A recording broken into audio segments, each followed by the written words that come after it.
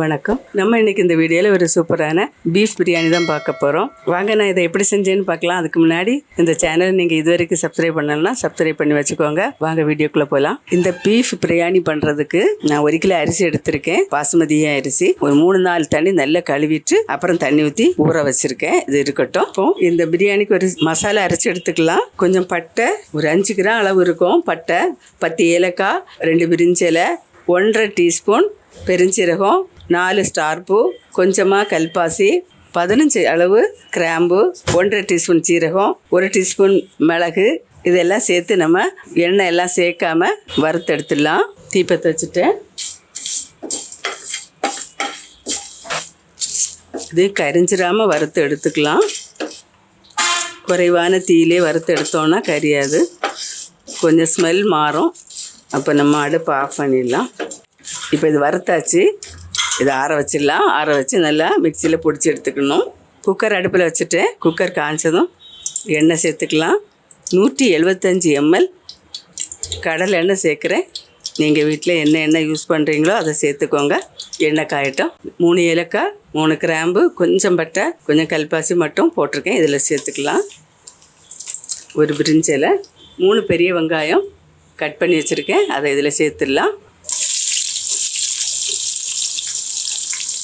இது கூட 1 table spoon நெய் சேர்க்குறேன். நல்லா மிக்ஸ் பண்ணிக்கலாம். வெங்காயம் பொன்னிறமாக வதங்கணும். வெங்காயம் நல்லா வதங்கியாச்சு. இந்த கோல்டன் ப்ரௌன் கலர் வந்ததும் இஞ்சி பூண்டு பேஸ்ட்டு போட்டுடலாம். 3 டேபிள் ஸ்பூன் இஞ்சி பூண்டு பேஸ்ட்டு சேர்த்துருக்கேன். 1 கைப்பிடி புதினா போட்டுறேன். இதில் 100 சின்ன வெங்காயம், 10 பச்சை மிளகாய், 1 கைப்பிடி புதினா சேர்த்து கொரகொரப்பாக அரைச்சி எடுத்துருக்கேன். இதை இதோட சேர்த்துக்கலாம். இப்போ இது எண்ணெய் பிரிஞ்சு வர வரைக்கும் இதை நல்லா வதக்கிக்கலாம். இப்போ இது எண்ணெய் பிரிஞ்சு அப்படி நல்லா வந்துட்டு இருக்கு பாருங்கள். இந்த ஸ்டேஜில் தக்காளி பழம் 3 மீடியம் சைஸில் தக்காளி இதை சேர்த்துக்கலாம். 1 டேபிள் ஸ்பூன் உப்பு சேர்க்குறேன். 1 டேபிள் ஸ்பூன் மிளகாத்தூள். இது சக்தி மிளகாத்தூள் சேர்க்குறேன். இது காரமும் இருக்கும் கலரும் இருக்கும். நல்லா கலந்துடலாம்.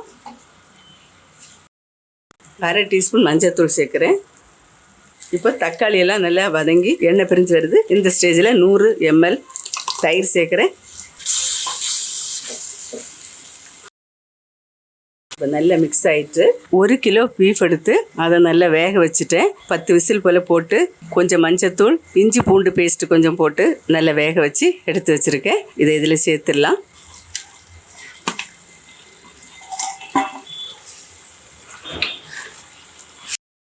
இப்போ அந்த கறியும் மசாலாவும் சேர்ந்து நல்லா மிக்ஸ் ஆகணும்.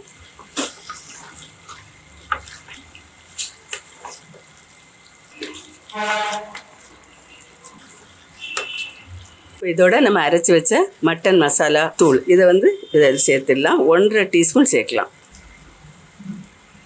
இதையும் நல்லா கலந்து விட்டுடலாம்.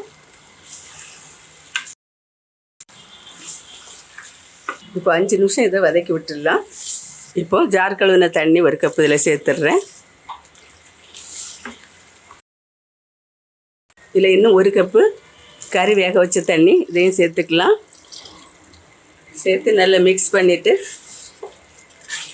மூடி போட்டு ஒரு 10 நிமிஷம் வேக விட்டுடலாம். அப்போ நம்ம வேக வச்ச கறியும் இந்த மசாலா எல்லாம் சேர்த்து நல்லா வெந்து வரும், மிக்ஸ் ஆகும். அடுப்பை சிம்மில் வச்சிடலாம். சும்மா மூடி வச்சுருக்கேன். 10 நிமிஷம் கழித்து பார்க்கலாம். இடையிடையே கலந்து கொடுக்கணும். இப்போ 10 நிமிஷம் சிம்மில் வேக விட்டுருக்கோம். 1 கப் மல்லி இலை சேர்த்துக்கலாம். கொஞ்சம் புதினா நல்லா மிக்ஸ் பண்ணிடலாம். காரம் உப்பெல்லாம் டேஸ்ட் பார்த்துக்கோங்க. 1 டீஸ்பூன் உப்பு சேர்க்குறேன்.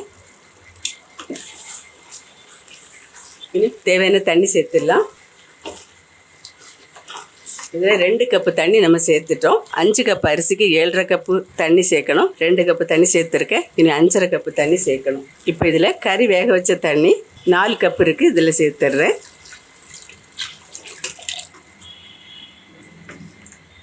அடுப்பை கூட்டி வச்சுக்கலாம். சூடான தண்ணி தான் சேர்க்கணும். 5 1/2 கப்பு தண்ணி சேர்த்துருக்கேன்.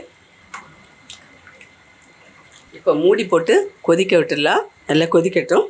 1 ஸ்பூன் காஷ்மீரி சில்லி பவுடர் சேர்க்குறேன். இதில் உப்பும் தேவையான அளவு சேர்த்துக்கோங்க. எனக்கு இது சரியாக இருக்குது.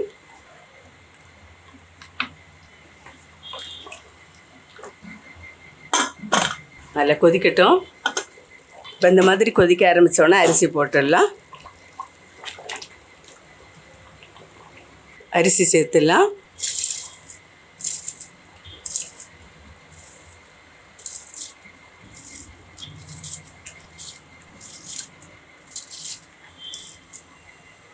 இப்போது அரிசி உடஞ்சிடாமல் எல்லா பக்கமும் கொஞ்சம் கலந்து விட்டுருவோம். 1 கிலோ அரிசிக்கு 1 கிலோ கறி சேர்த்துருக்கோம். 1/4 கிலோ 1/2 கிலோ கூட கூட்டி சேர்த்துக்கலாம். இப்போது கொதிக்கணும். அரிசி கொதித்து அரிசியும் தண்ணியும் ஒரே அளவில் இருக்கணும். அப்படி இருக்கும்போது நம்ம மூடி போடலாம். இப்போ சும்மா அது கொஞ்சம் கொதிக்கட்டும். அது வரை சும்மா மூடி வைக்கலாம். இப்போ பாருங்கள், இப்போ கொதிக்க ஆரம்பிச்சிருக்கு.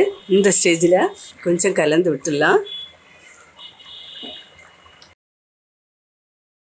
இப்போது காரம் உப்பெல்லாம் கரெக்டாக டேஸ்ட்டு பார்த்துக்கணும். கொஞ்சம் நம்ம சாப்பிட்ற அளவை விட கொஞ்சம் காரம் உப்பு அதிகமாக இருக்கிற மாதிரி இருக்கணும். அப்படி இருந்தால் சாதம் ரெடியானப்போ நமக்கு சரியாக இருக்கும். இல்லை கொஞ்சம் உப்பு சேர்த்துக்கிறேன். கொஞ்சமாக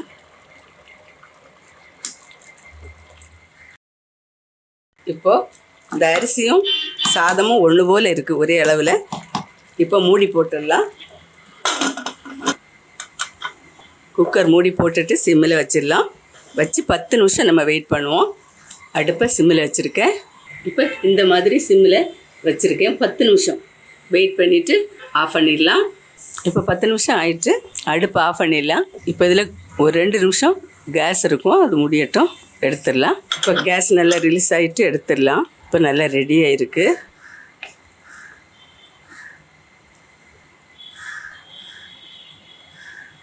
பிரியாணி சூப்பராக ரெடி ஆகிட்டு. குக்கரில் அடி பிடிக்காமல் பார்த்தா தெரியும் பாருங்கள், அடி பிடிக்கவே இல்லை. இதே அளவுகளோட நீங்களும் வீட்டில் ட்ரை பண்ணுங்கள். மறுபடியும் ஒரு நல்ல ரெசிபியோட நான் உங்களை சந்திக்கிறேன். மறக்காமல் லைக் பண்ணுங்கள், கமெண்ட் பண்ணுங்கள், சப்ஸ்கிரைப் பண்ணுங்கள். நன்றி. God bless you.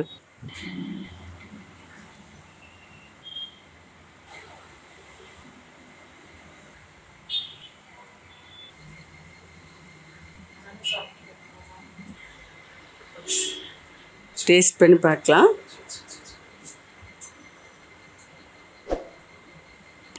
ரொம்ப நல்லா சூப்பராக இருக்குது.